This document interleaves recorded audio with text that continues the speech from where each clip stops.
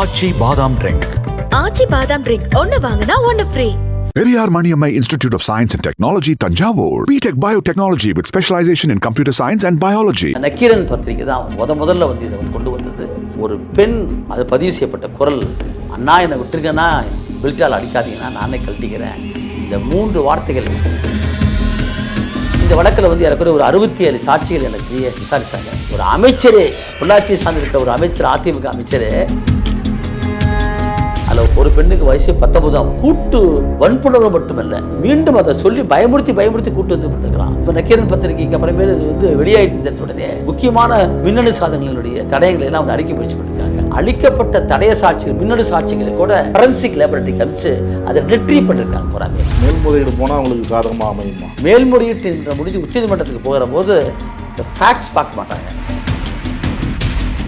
உச்சபட்ச தண்டனை கொடுத்தாங்க. ஏன்னு கேட்டால் இதை போட்டிருக்கிற மனிதர்கள் சமூகத்துக்குள்ள வாழ்ந்தாங்கன்னா சமூகம் சீரட்டு போயிடும், பொல்யூட் ஆகி போயிடும். ஏன்னா இவர் அப்பேற்பட்ட ஒரு கொடூர மனம் படைச்சவன். மிருகங்களுக்கு இருக்கிற மனம் தான் வருவார். பிளாக்மெயில் பண்ணி வரவழைச்சு அதை இச்சைக்குள்ளாக்குற, அப்புறம் பல பேர் சேர்த்து கூட்டு வன்புகளுக்குள்ளா இருக்கிற, அதே தொடர்ந்து பண்ற இந்த செய்கை வந்து ஒரு கொலையை விட மோசமான. காவல்துறை இன்னும் தன்னை அப்படியே பழையபடியே கெட்டிப்படுத்ததா இருக்குது. தங்களால் சொல்ல முடியாத ஒரு விஷயத்தை வந்து ஒரு பத்திரிக்கையோ ஒரு நபரை சொல்லிட்டாங்கன்னா அவர் எதிரியாக பார்க்கக்கூடிய மனோபாவம் உண்டு. தொடர்ந்து நீங்கள் பார்த்தீங்கன்னா நக்கீரன் ஆசிரியர் வந்து இந்த பொள்ளாச்சி பாலியல் வன்முறையை வந்து கடுமையாக இருந்திருக்காரு. கடுமையான வார்த்தைகளை பேசுவாங்க. சம்மன் கொடுத்து வரவழைச்சிட்டு இவரையே வந்து ஒரு குற்றவாளியை போல, குற்றம் சாட்டப்பட்டதை போல பிஹேவ் பண்ணாங்க.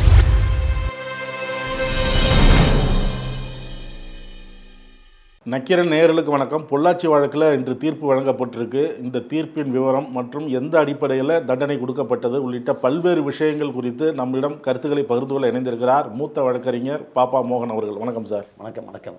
பொள்ளாச்சி வழக்கு 2019 நக்கீரன் ஆசிரியர் ஒரு வீடியோ பேசுகிறார். தமிழ்நாடே அதிர்ச்சிக்குள்ளாகுது. அதுக்கப்புறம் இதழிலேயும் அந்த செய்திகள் வருது. அதுக்கு பல்வேறு எதிர்ப்புகள் ஆளுந்தரப்பில் இருந்து அப்போது அதெல்லாம் வந்தது. அதையும் மீறி கடந்து வந்து இப்போ தீர்ப்பு வந்திருக்கு. இந்த தீர்ப்பு எப்படி பார்க்குறீங்க? ஒரு மூத்த வழக்கறிஞரா இது போன்ற பல்வேறு வழக்குகளை எடுத்து நடத்திருக்கீங்க. பெண்கள் குற்றங்களுக்கு எதிர்த்து பல்வேறு வழக்குகள் நடத்திருக்கீங்க. இது எப்படி பார்க்க? இது ஒரு சரித்திர புகழ்மிக்க ஒரு தீர்ப்பாக நான் கருதுகிறேன். ஏன்னா பாலின சமத்துவத்துக்காக போராடி கொண்டிருக்கிற இந்த காலகட்டத்தில் பெண்களுக்கு சம உரிமை, சம வாய்ப்பு கொடுக்கணுங்கிறது சட்டம் இருக்கிறது. நடைமுறையில் இப்போ தான் மெல்ல கொண்டு வந்துட்டுருக்கிறோம். அந்த மாதிரி சட்ட உரிமைகளை பெறுவதற்காகத்தான் பெண்கள் இப்போ வந்து வீட்டுக்குள்ளேயே முடங்கி கிடந்தவர்கள் வெளியே வந்து பொது வெளியில் இன்றைக்கு வந்து வேலைக்கு போகிறது, கல்வி கற்புக்காகலாம் வராங்க. அந்த மாதிரி வரக்கூடிய இளம் பெண்களை, கல்லூரி பெண்களை, மேட்டுக்குடியில் பிறந்திருக்கிற சில வந்து ஆணவம் பிடித்திருக்கிற இளைஞர்கள் வந்து சமூகத்தில் வந்து அவர்களை ஏமாற்றி சும்மா இந்த சமூக ஊடகங்களில் பேசுகிறது, பழகிறது, அதன் மூலமாக அவளை ஏமாற்றி கொண்டு போய் அவர்களுடைய இச்சைக்கு பயன்படுத்தக்கூடிய ஒரு சமூக ரீதியான ஒரு கொடுமைங்கிறது நடந்துக்கிட்டே இருக்குது. இப்போ தொடர்ந்து வந்து அப்போ அந்த மாதிரி நடந்து கொண்டிருக்கக்கூடிய செய்திகள் வந்து எப்போ வரும்னா, அந்த செய்யக்கூடிய நபர்கள் பூரா மேட்டுக்குடியாக இருக்காங்க, ஆதிக்கவாதிகளாகவும் பணம் செல்வாக்கு பெற்றதாக இருக்காங்க. எல்லாவற்றை காட்டிலும் அதிகாரம் கொடுக்கக்கூடிய பின்னால் இருக்கிற போது அவளுக்கு பாதுகாப்பு கிடைச்சிருது, ஆளுங்கட்சி பாதுகாப்பு கிடைச்சிருது. அது போலத்தான் இந்த பொள்ளாச்சி பாலியல் ரீதியான கூட்டுக்கு வந்து வன்முறை வழக்குங்கிறது. இது ஒரு பின்னால் அன்றைக்கு இருந்த ஆளுங்கட்சியாக இருக்கக்கூடிய அதிமுக அமைச்சர் இவருடைய பின்புலத்தோடு கொண்டிருக்கக்கூடியவர்கள் தான் இதில் குற்றஞ்சாட்டப்பட்டிருக்கக்கூடிய முக்கியமான நபர்கள்லாம். ஆகவே இவர்கள் வந்து தங்களுக்கு இருக்கிற பணம், செல்வாக்கு, அந்த அதிகார பலம் பின்னணியை வச்சுக்கிட்டு அங்கே இருக்க பெண்களையெல்லாம் வந்து இந்த மாதிரி ஃபோனில் பேசுகிறது, பழகிறது, அப்புறம் அவங்க அப்படியே கூப்பிட்டு வந்து அப்படி பழகி எடுக்கப்பட்ட சில ஃபோட்டோஸை வச்சு பிளாக்மெயில் பண்ணுறது, அதன் மூலியமாக அவங்கள கூப்பிட்டு வந்து பாலியல் இச்சைக்கு பண்ணி அது வந்து கூட்டு வன்புணர்ச்சிங்கிறதுக்கு பாருங்கள் கொடூரமான விஷயம். வந்து இந்த நிகழ்ச்சிகள் 2016 நடந்திருக்கு போகிறாமே. அப்படி நடந்த விஷயங்கள்லாம் வெளியே கொண்டு வரதுக்கு ஆளில் காரணம்னா அவன் பின்னணி இருக்கிறது பூரா ஆளுங்கட்சி, அதிகார வர்க்கம், பணபலம் இருக்கக்கூடியவர்களாக இருக்காங்க. இந்த சமயத்தில் தான் வந்து இந்த சம்பவத்தையும் வந்து நக்கீரன் பத்திரிகை தான் வந்து மிக முதல்ல வந்து இதை வந்து கொண்டு வந்தது. 2019 மார்ச்சில் வந்து அந்த செய்தி நக்கீரனுடைய ஊடகத்தின் மூலமாக நக்கீரன் கோபால் ஆசிரியர் அவர்கள் வெளிக்கொண்டாடுறாரு. அந்த ஒரு பெண், ஒரு இளம் பெண் கொடுத்துருக்கிற அது பதிவு செய்யப்பட்ட குரல், அண்ணா என்னை விட்டுருங்கன்னா பெல்ட்டால் அடிக்காதீங்கன்னா நானே கழட்டிக்கிறேன். இந்த 3 வார்த்தைகள் என்ன கேட்டால் ரொம்ப ஜாக்கிரதையாக போடணும். இப்போ வந்து உங்களுக்கு தெரியும், பாதிக்கப்பட்ட பெண்களுடைய எந்த அர்த்தம் அவருடைய முகவரியோ முற்றிலும் வெளிவரக்கூடாது. எப்பயுமே நிர்பயா வழக்குன்னு தெரிஞ்சுக்க 2013 டெல்லியில் நடந்திருக்கக்கூடிய மிகப்பெரிய அதை வந்து பெண் வந்து தன்னுடைய காதலனோட பஸ்ஸில் போகும்போது நடந்திருக்கக்கூடிய ஒரு வந்து பலாத்காரம், கூட்டுறவு பலாத்காரம் வந்து மிக இந்த நாட்டையே உலுக்கிய ஒன்று. அதில் தான் அப்போ மன்மோகன் சிங் தான் இந்த பிரதமராக இருந்தார். அந்த வழக்குக்கு பின்னால் தான் இது போன்றக்கூடிய பாலியல் ரீதியான வழக்குகளை வந்து எப்படி நீதிமன்றம் பார்க்கணும், சமூகம் பார்க்கணுங்கிறதுக்கு ஒரு புதிய வழிகாட்டலே கொடுத்து போகிறாமே. சாட்சிய சட்டத்தையே அதில் வந்து மாற்றினாங்க. வந்து 111 ஏன்னு கொடுத்துக்கூடிய கேபினட்டையே மாற்றினாங்க. அதற்கு பின்னால் நீங்கள் தொடர்ந்து பார்த்தீங்கன்னா சட்டம் இருக்குது, ஆனால் அந்த சட்டத்தின் முன்னால் கொண்டு வந்து நிறுத்தணும் வகையெல்லாம் அப்படி செய்கிற போது தான் இது போல் நக்கீரன் போட்டிருக்கிற பத்திரிகைகள், ஊடகங்கள், சமூக செயல்பாட்டர்களுடைய முயற்சியால் தான் இந்த வெளிக்கொணரப்படுறது போகிறான். எப்படி உங்களுக்கு வீரப்பன் தேடல் வேட்டையில் வந்து வெளிவந்ததோ, கண்ணகி முருகேசன் கேஸில் வந்து வெளிவந்ததோ, இதையெல்லாம் ஒரு உண்மையான ஒரு மக்களுக்காக இருக்கக்கூடிய ஊடகங்கள் வெளிப்படுத்தணும். அதில் நக்கீரன் பத்திரிகையுடைய ஒரு புரட்சிகரமான ஒரு வெளியீடு தான் அது. அப்படி வந்ததுக்கு அப்புறம் தான் தவிர்க்க முடியாமல் மக்களிடத்தில் பெரிய பிரச்சனை ஏற்பட்டு கொந்தளிப்பு ஏற்பட்டு வழக்காக போடப்படுது. அந்த வழக்கு துவக்கத்திலேயே இது வந்து ஆளுகிற கட்சி, அன்றைக்கிருந்து ஆளுகிற கட்சி அதிமுக பின்னணியாக இருக்க காட்டி தான் இதை வந்து முழுமையான ஒரு பதிவாகவும் விசாரிக்க விடாமல் பார்த்தாங்க பராமே. ஆனால் தொடர்ச்சியாக நக்கீரன் பத்திரிகையில் மற்றும் சமூக செயல்பாட்டாளர்கள், மனித உரிமை போராளிகள்லாம் நாடு முழுக்க போராடவும் தான் இது வழக்காக பதியப்பட்டு இந்த வழக்கு வந்து கடைசியில் வந்து சிபிஐக்கு மாற்றப்பட்டு இப்போ சிபிஐக்கு வந்து முறையாக வந்து விசாரணை பண்ணிருக்காங்க. அதுலேயும் பல தடைகள் இருந்திருக்கு போகிறாமே. எப்படி இருப்புன்னு பரவாயில்ல, இந்த வழக்கை வந்து சிபிஐ எடுத்து விசாரணை செஞ்சு அந்த விசாரணையில் இருக்கக்கூடிய ஒரு 305 சாட்சிகள், பட்டியல் சாட்சிகளை கொண்டிருக்கக்கூடிய 1400 பக்கங்கள் கொண்ட ஒரு சார்ஜ் ஷீட்டை வந்து போட்டாங்க. இந்த வழக்கில் வந்து ஏறக்குறைய ஒரு 67 சாட்சிகள் எனக்கு தெரிய விசாரித்தாங்க. இது கோயம்புத்தூரில் வந்து மாவட்ட மகளிர் நீதிமன்றம் இருக்குது, உதவி நீதிமன்றம் இருக்குது, அது வந்து ஒரு பிரின்சிபல் அடிஷனல் இருக்குது. அதில் விசாரித்தாங்க. அதில் வந்து மாண்புமிகு நீதிபதி நந்தினி தேவின்னு சொல்கிறவங்க தான் வந்து விசாரித்தாங்க. இந்த வழக்கை பொறுத்த வரைக்கும் அந்த பாதிக்கப்பட்ட பெண்கள் 8 பேர் இருந்தாங்க.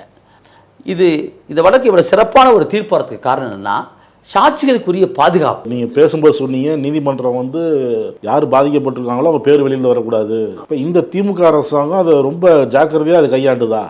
திமுக ஆட்சியில் அதாவது அதற்கான வந்து வழிமுறை ஏற்கனவே இருக்குது.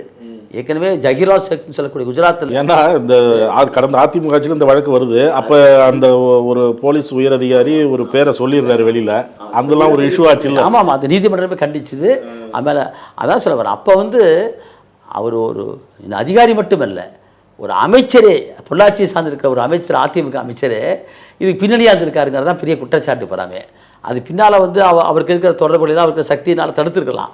ஆனால் அந்த செல்வாக்கு இருக்கங்காட்டி தான் இது ஆரம்பத்திலேயே ஊற்றி மூடி முடிக்கிறதுக்காக முயற்சி பண்ணாங்க போகிறாங்க உள்ளூர் போலீஸார் போகிறாமே. இது வந்து சிபிசிஐடிக்கு மாற்றப்பட்டு சிபிஐக்கு வந்தங்காட்டி தான் இந்த விசாரணை வந்து இன்றைக்கி வந்து வந்தது. முதல் காரணம் அந்த சாட்சிகளுக்கு பாதுகாப்பு கொடுக்கப்பட்டிருக்கு. ஏன்னா பெண்களுக்கு வந்து அது 8 பேர் மொத்த பெண்கள், அதில் ஒரு பெண்ணுக்கு வயசு 19 தான் மொத்தம்.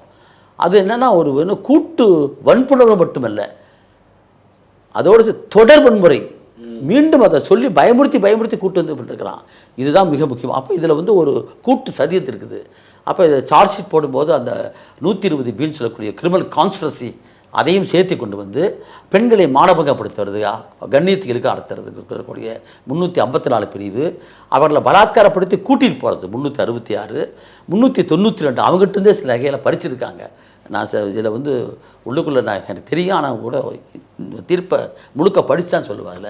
அதில் குறிப்பாக சில வந்து பெரிய இடத்து பெண்கள் கூட பலாத்காரப்படுத்தப்பட்டு மிரட்டப்பட்டு அவங்ககிட்ட பணமெல்லாம் கூட படிச்சிருக்காங்க. ஆனால் தான் இதில் 392 மொத்தம் 13 பிரிவுகள் கீழ் போட்டிருக்காங்க. அதில் மிக முக்கியமான பிரிவு வந்து 120 பீன்னு சொல்லக்கூடிய கிரிமினல் கான்ஸ்பிரசி என்பதும், அதே போல் அவங்கள மானபங்கப்படுத்துறதுக்குரிய 354 மட்டுமல்ல 376 டீன்னு சொல்லக்கூடிய கூட்டு பலாத்காரம் பண்ணுறது, தொடர் பலாத்காரம் பண்ணுறது, மிரட்டி பண்ணுறது, இவைகளை போராத்தையுமே வந்து இவைகளில் ஒரு பக்கம் வந்து பெண்கள் பாதிக்கப்பட்ட பெண்களுக்கு உரிய பாதுகாப்பு, மறுபக்கத்தில் வந்து குற்றஞ்சாட்டப்பட்டிருக்கூடிய அந்த 9 பேருக்கும் பிணை கொடுக்காம இருந்தது. பிணை கொடுத்துருந்தாங்கன்னா வெளியே வந்து தங்களை செல்வாக்கை பயன்படுத்தி அவங்க வந்து கலைக்கு மதிப்பிடுறாங்க பண்ணலை. அவை சிபிஐ வந்து இதை வந்து இந்த வழக்கில் வந்து சாட்சி தடயங்கள்லாம் வந்து அடிக்கப்பட்டிருக்கு போகிறாமே. ஏன்னா கொஞ்சம் இடையில வந்து ரெஜிஸ்ட்ரேஷன் ஆஃப் கேஸ் இருக்குல்ல, பதிவு செய்வதற்கு முன்பானதுக்கு சம்பவம் தங்களை பற்றி இந்த மாதிரி நக்கீரன் பத்திரிகைக்கு அப்புறமேல இது வந்து வெளியாகிட்டு உடனே அந்த முக்கியமான மின்னணு சாதனங்களுடைய தடயங்களை எல்லாம் வந்து அடிக்க முயற்சி பண்ணியிருக்காங்க. ஆனால் இந்த விஷயத்தில் பரவாயில்ல, வந்து எல்லா சாட்சிகளும் மட்டுமல்ல அளிக்கப்பட்ட தடய சாட்சிகள், மின்னணு சாட்சிகளை கூட ஃபரன்சிக் லேபரட்டரிக்கு அனுப்பிச்சு அதை ரிட்ரீவ் பண்ணியிருக்காங்க போகிறாமே. ஆனால் தான் இதில் வந்து தகவல் தொழில்நுட்ப சட்டம் 66, 67ங்கிற பிரிவும் சேர்க்கப்பட்டிருக்கு போகிறாமே. அது மட்டும் இல்லை section 4 of the human harassment ஆக்ட்னு சொல்லக்கூடியதில் சேர்த்துருக்காங்க. இது வந்து சிபிஐ கொஞ்சம் வந்து இந்த சாட்சிகளில் பாதிக்கப்பட்ட சாட்சிகளை பதிவு பண்ணுவது, நீதிமன்றத்தில் போய் வாக்குமூலம் கொடுக்க வைப்பது, அவர்களுக்கு பாதுகாப்பு கொடுப்பது, மறுபக்கத்தில் புலனாய்வில் வந்து அளிக்கப்பட்ட தடயங்களை போராத்தி மீண்டும் ரிட்ரீவ் பண்ணுறதுக்குரிய ஃபரன்சிக் டிபார்ட்மெண்ட் மூலியமாக அதை பூரா மீண்டும் மீட்டெடுத்தது, இவைகளை பூரா கோத்து தான் வந்து இந்த வழக்கு நிரூபிக்கப்பட்டிருக்கு போகிறாமே. அந்த அடிப்படையில் வந்து சிபிஐனுடைய முயற்சி சிபிஐக்கு மாற்றப்பட்ட காரணமாக தான் அன்னைக்கு இருந்த ஆளுங்கட்சியினுடைய நிர்பந்தத்துக்கு உள்ளாக்கப்பட்டு அதை அப்படி பூசி வெளியிருப்பாங்க போகிறாமே. அதுலேருந்து மாற்றப்படுறதுக்காக தான் ஒரு நியாயம் கிடச்சிருக்கு. அதே போல் புலன் விசாரணை செஞ்ச பின்னால் அந்த குற்றப்பத்தில் இருக்கக்கூடிய விஷயங்களை வந்து நீதிமன்றத்தில் முன்னெடுக்கிற போது அதை வந்து அரசு வழக்கறிஞராகட்டும், அதே மாதிரி வந்து பாதிக்கப்பட்டவர்களாகட்டும் அவங்களுக்கு ஒரு நம்பிக்கை கொடுத்தக்காண்டி தான் வந்தாங்க. அதில் திமுக ஆட்சி ஒரு பாதுகாப்பாக இருந்திருக்குன்னு பார்க்குறோம். இந்த வழக்கில் சாட்சிகள் யாருமே பிரசாட்சி ஆகலை அப்படிங்கிற மாதிரியும் சொல்கிறாங்களே. பொதுவாக இந்த மாதிரி இதில் வந்து சில பேர் பிரசாட்சியாக மாறிடுவாங்க. ஆனால் இந்த வழக்கில் வந்து யாருமே அந்த மாதிரி ஆகலை, உறுதியாக இருந்தாங்க. அதுக்கு ஒரு முக்கிய காரணம் வந்து இது மாதிரி ஒரு விழிப்புணர்வு தான். தங்களுக்கு வந்து பாதுகாப்பு இருக்குது, எந்த விதமான பின்னணி அப்படிங்கிறக்குரிய ஒரு வந்து நம்பிக்கை இருந்துச்சு அவளுக்கு. அது ஒரு முக்கியமான விஷயம். சாட்சிகள் இன்றைக்கு எல்லாம் இப்போ கூட கண்ணகி முருகேசன் கேஸில் கூட பார்த்தீங்கன்னா உச்சநீதிமன்றத்தில் கொடுத்த தீர்ப்பிலேயே அந்த சின்ன பிள்ளையை தவிர நம்ம முருகேசனுடைய சித்தி அவங்க ஒருத்தரை தவிர வேறு யாரும் சாட்சியும் இல்லை.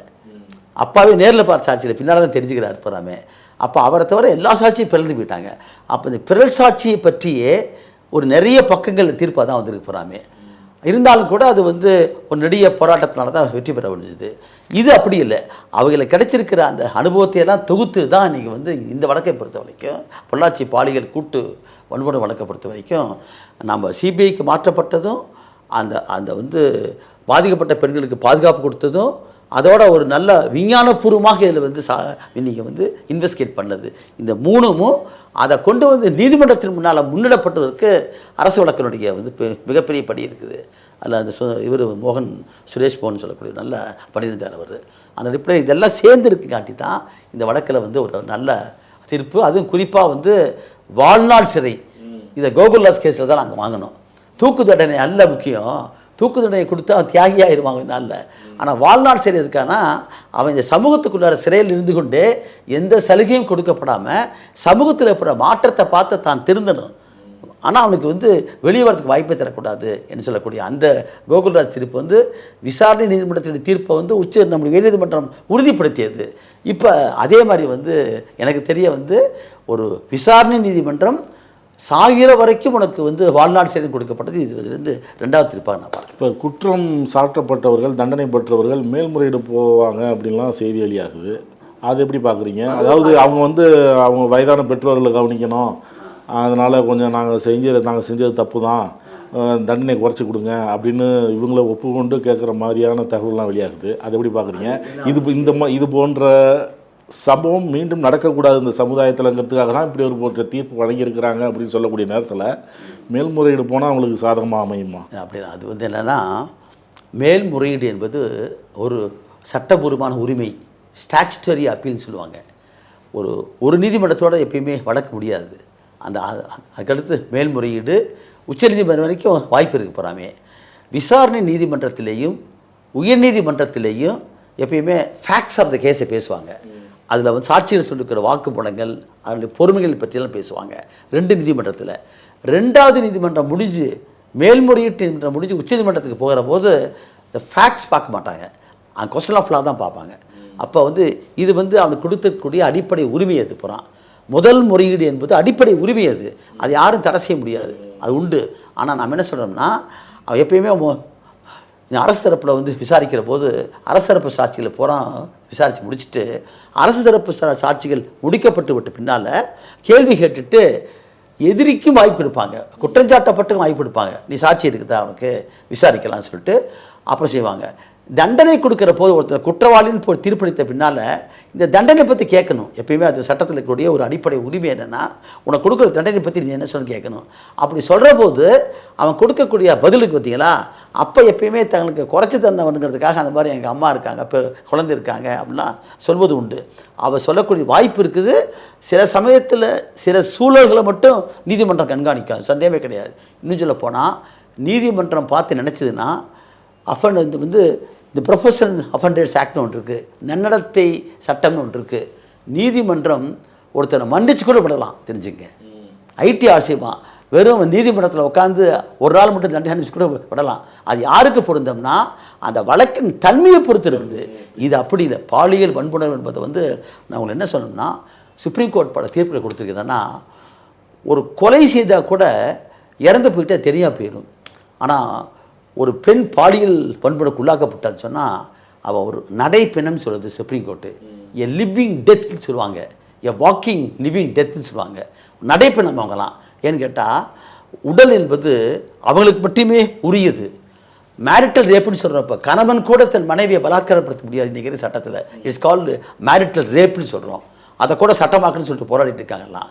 அப்போ ஒரு பெண்ணுடைய தனிப்பட்ட ஒரு மாண்பை அவருக்கு மட்டுமே உரித்தான ஒன்றை நீ சிதைப்பது என்பது கொடூரமான ஒன்று. அந்த சிதைவுக்கு பின்னால் பார்த்தீங்கன்னா பல வழக்கில் நான் சொல்கிறேன் உங்களுக்கு. ஏன்னா மேற்கு தொடர்ச்சி மலைகளில் வந்து அந்த அப்பாவி மலைவாழ் மக்கள் எல்லாம் இந்த அதிரடிப்படையை போய் பண்ண அட்டூழியங்கள் கொஞ்சம் நஞ்சம் கிடையாது போகிறாமே. அந்த பெண்கள் வந்து பாதிக்கப்பட்ட பெண்கள் பல பேர் மீண்டு வருவாங்களான்னு கேட்டால் அந்த மனநிலை பார்த்தீங்கன்னா அந்த அதுலேருந்து விடுபடுவது சாத்தியமே கிடையாது.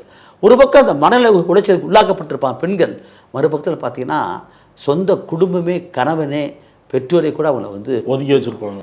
இது இந்த ஒரு சோஷியல் பாய்காட்னு சொல்லலாம் பார்த்தீங்களா, இதுதான் மிக வந்து கேவலமானது. சமூக பகிஷ்காரம் மட்டுமல்ல, சொந்த குடும்பமே தூக்கி வச்சிருவோம், சொந்த கணவனே எடுத்துடுவான்.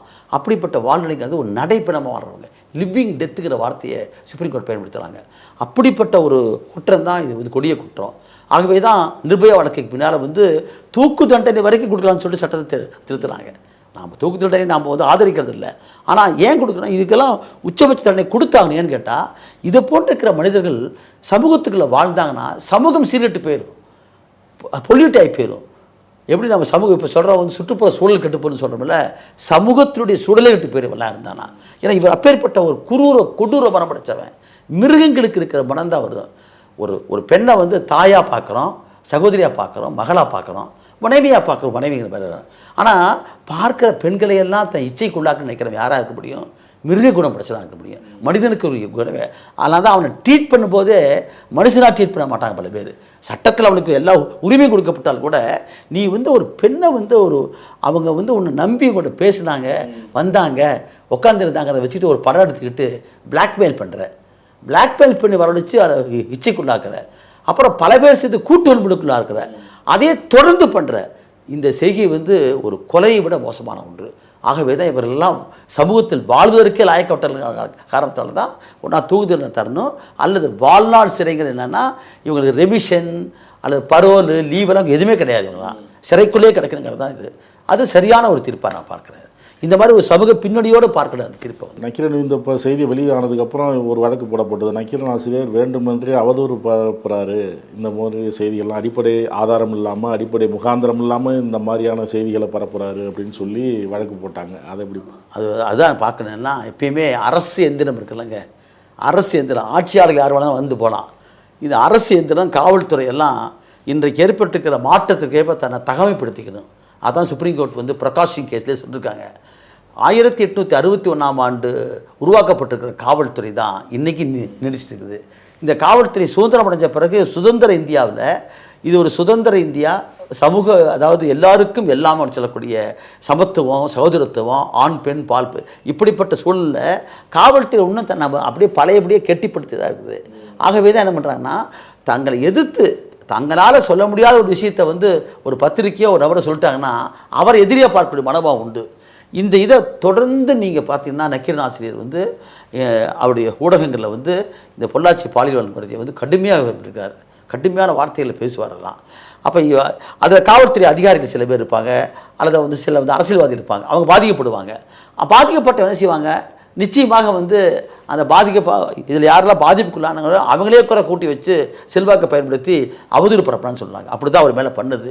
ஒரு பக்கம் அவதூறு பரப்புறான்னு சொன்னது மட்டுமல்ல, இந்த இன்வெஸ்டிகேட்டிங் ஆஃபீஸரே அவர் லேடி ஆஃபீஸர் தான் அவங்க. இவர் சம்மன் கொடுத்து, ஆமாம் சிபிஐயில் வந்து சம்மன் கொடுத்து வரவழைச்சிட்டு இவரையே வந்து ஒரு குற்றவாளியை போல, குற்றம் சாட்டப்பட்டவரை போல பிஹேவ் பண்ணாங்க. அது நடந்திருக்கு போலாமே.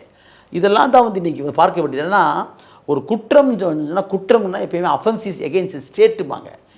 பிஏ கொலை பண்ணா வச்சுங்க, பி மீது மட்டும் சாட்டப்பட்ட ஒரு வழக்கம் இல்லை, அஃபென்சிஸ் எகென்ஸ்ட் ஸ்டேட் அப்படிம்பாங்க. அரசுக்கு எதிரான குற்றம். எல்லா கிரிமினல் குற்றங்களுமே அரசுக்கு எதிரானது. ஆனால் அந்த குற்றங்களையும் கொடிய குற்றமாக கருதப்படுவது என்பது இன்றைக்கி எப்படி இந்த சாதிய வன்கொடுமைகள், ஆணவ கொலைகள் போல பெண்கள் பால் நடத்தப்படக்கூடிய வன்முறைகள் தான். ஆனால் தான் பெண்களுக்கு இன்றைக்கி வந்து சட்டத்தில் ஆர்டிகல் 15ல் சம உரிமை உடைய no discrimination on base of caste, creed, sex, பால் வார்த்தை பிளேஸ் ஆஃப் பர்த் உண்டு. பெண்களுக்கு சம உரிமை கொடுக்கப்பட்டிருக்கிற சமூகத்தில் இன்னும் அந்த பெண்கள் சமத்துவத்துக்கு வந்து அடையலை. 33% தான் இப்போ அரசு பணிகள்லேயும் இந்த தேர்தலுக்கு வந்திருக்கு போகிறாமே. ஆனால் 50% இருக்காங்க. அந்த 50% எப்போ வருவாங்க? உங்களுக்கு அவர்களுக்குரிய அஃபர்மேட்டிவ் ஆக்ஷன், சட்டப்படியான அவங்களுக்கு வந்து கல்வி, வேலைவாய்ப்பு மற்றும் இதெல்லாம் கொடுக்கணும். அப்படி கொடுக்கறதுக்கு வரும்போது தான் ஆணாதிக்க சமூகத்தில் வந்து இருக்கக்கூடியவங்க எப்பயுமே பெண்கள் வர்றதை விரும்புறதில்லை. பெண்கள் போடுற உடை, மற்றது இதையெல்லாம் வச்சுக்கிட்டு பேசுகிறது. உடையெல்லாம் முக்கியம், அதை பார்க்குற பார்வையில் தான் இருக்குது. எப்பயுமே வந்து ஒரு பெண்ணை பெண்ணாக பார்ப்பது வேறு, ஒரு பெண்ணை உடலாக பார்ப்பது என்பது வேறு. இந்த சமூகம் வந்து எல்லாமே லாப நோக்கில் பார்க்கக்கூடிய ஒன்று. ஆனால் தான் நீங்கள் விளம்பரங்களில் போனால் பார்த்தீங்கன்னா யாரை போகிற பெண்களை தான் போடுவேன் எப்பயுமே. அப்போ இவனுக்கு லாபத்திற்காக பண்ணும்போது பெண்ணையும் ஒரு லாப பொருளாக வச்சுட்டு தான் பண்ணுறான், ஒரு சரக்காக பயன்படுத்துகிறான்.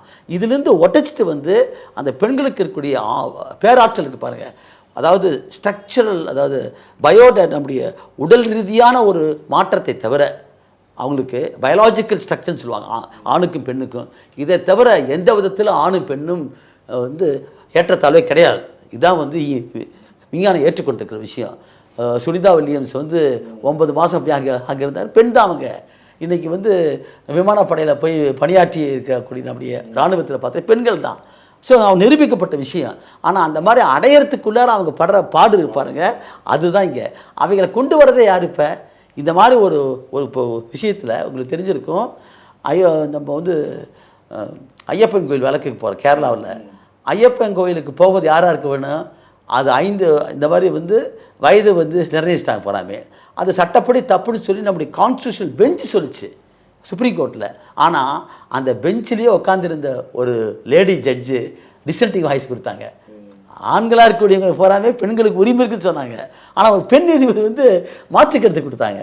அப்போ பெண்களுக்கு இருக்கக்கூடிய வாழ்க்கைக்காக இப்போ எல்லா சமூகத்திலும் பார்க்குறோம். அப்போ இதையெல்லாம் வச்சு தான் பார்க்குறோம். ஒரு பெண் போடுகிற உடையில் இல்லை, ஒரு பெண்ணுடைய படிப்பு, அவங்க பேசுகிற பேச்சுகள் எல்லாம் கிடையாது. நீ சமூகத்தில் அவங்க எப்படி பார்க்குறேங்கிறது தான் முக்கியம். நான் எல்லாத்தையும் பேசுவேன். ஆனால் தான் நீங்கள் பெண் ஏன் அடிமை நாள் புத்தகத்தில் படிச்சிங்கன்னா 18 வந்து விபச்சாரம் பற்றி பெரியார் எழுதுவார் எப்பயுமே.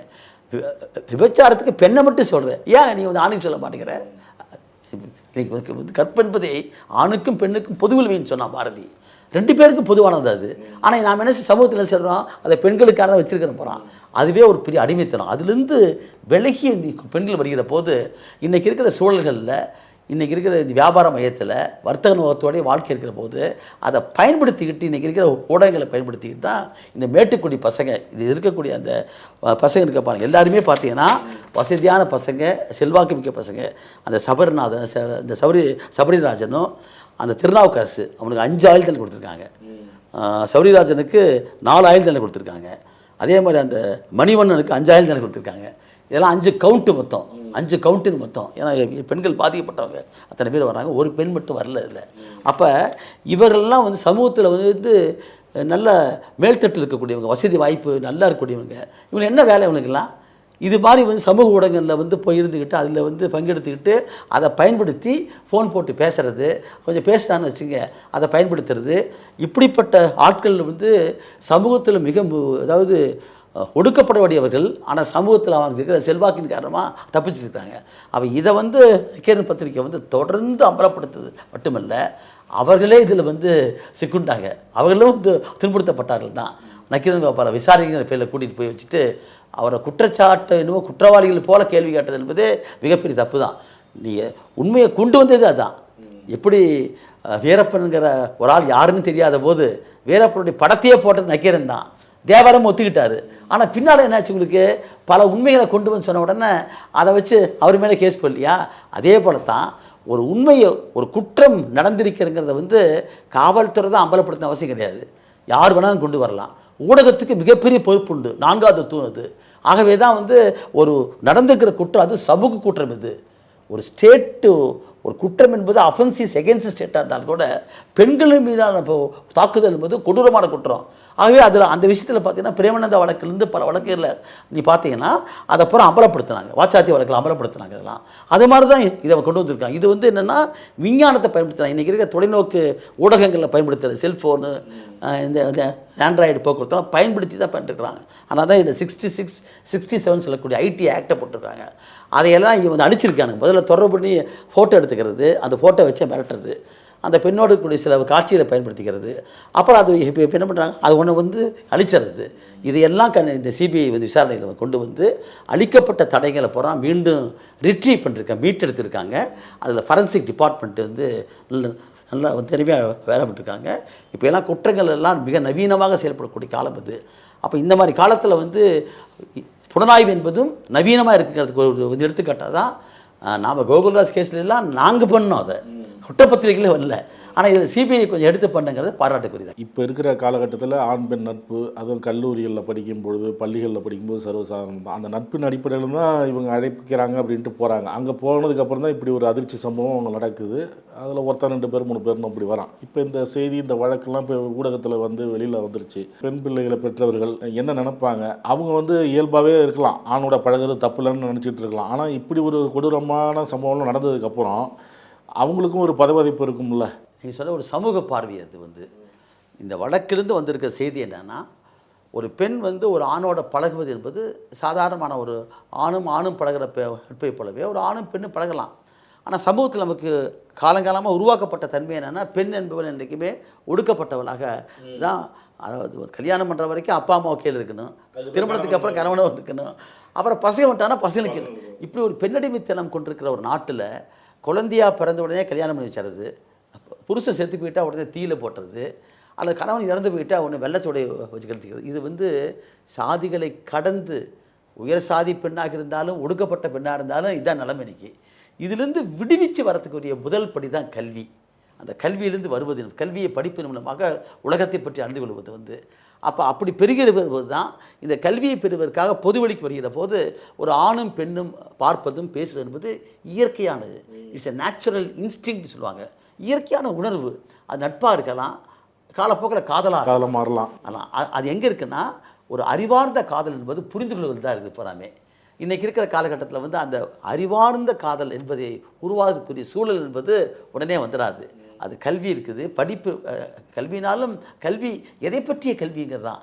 விஞ்ஞான நாசாவுக்கு போய் உட்காந்துருப்பாங்க, நாசாவில் உட்காந்துருக்கிற தமிழ் இந்திய நாட்டு விஞ்ஞானிகள் அங்கேருந்து தனக்கு பொண்ணு பார்க்குற போது வடகலை பிராமின் தான் வேணும்னு சொல்லி பத்திரிகையில் விளம்பரம் போடுறான். அப்படிப்பட்ட சமூகத்தில் வாழ்ந்துட்டு இருக்கிறோம். அப்போ பெண்களுக்கு வந்து இன்னும் வெறும் படிப்பு மட்டும் இல்லை, இந்த சமூகத்தை பற்றிய படிப்பு, அதான் வந்து பகுத்தறிவுன்னு சொல்கிறது. நம்ம மானமும் அறிவும் மனிதருக்கு அழகுன்னு சொன்னார் பெரியார். அந்த மானம், அறிவு, சுயமரியாதை, அந்த அறிவு என்பது பகுத்தறிவு, பகுத்து பார்க்குது. அதை உருவாக்கக்கூடிய சமூகத்தில் நம்ம வாழ்ந்துட்டு இருக்கிறோம். அதுக்கான விஷயம்லாம் இருக்குது நாட்டில். ஆனால் அவைகளை கொண்டு வராமல் ஒரு சனாதனம் வந்து தடுக்குதுங்க போகிறான்.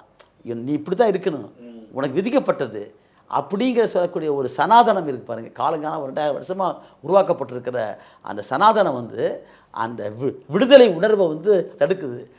அந்த போராட்டத்தில் தான் இதெல்லாம் வருது. இதுலேருந்து வீழ்த்துக்கிட்டு வரணும் பெண்கள் வருவார்கள். ரொம்ப நன்றி சார். வணக்கம். நக்கீரன் டிவிக்கு சப்ஸ்கிரைப் செய்யுங்கள். உங்கள் ஆதரவே எங்கள் பலம். ஆசிரியர்களுக்கு நண்பனாகவும் மாணவர்களுக்கு ஆசானாகவும் திகழும் தேர்வு வழிகாட்டி. ஒவ்வொரு பாடத்திற்கும் அனுபவமிக்க ஆசிரியர்களின் துல்லியமான தெளிவான விடைகள். CNC இருக்கு, தேர்வு பயம் எதற்கு? இது தீரன் பப்ளிஷிங் ஹவுஸ் விற்பனை வெளியீடு.